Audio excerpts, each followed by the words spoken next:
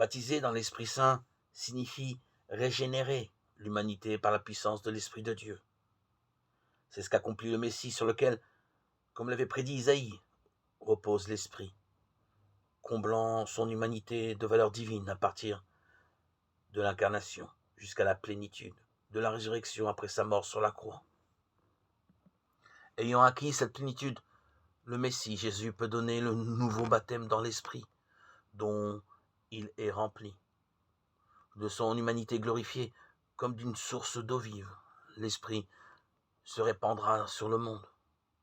Telle est l'annonce que fait le Baptiste en rendant témoignage au Christ à l'occasion du baptême, dans lequel se fondent les symboles de l'eau et du feu, pour exprimer le mystère de la nouvelle énergie vivificatrice que le Messie et l'Esprit ont répandue sur le monde.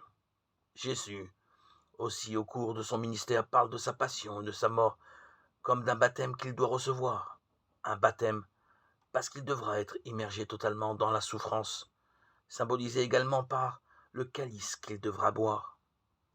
Mais il s'agit d'un baptême relié par Jésus à l'autre symbole du feu qu'il est venu apporter sur la terre.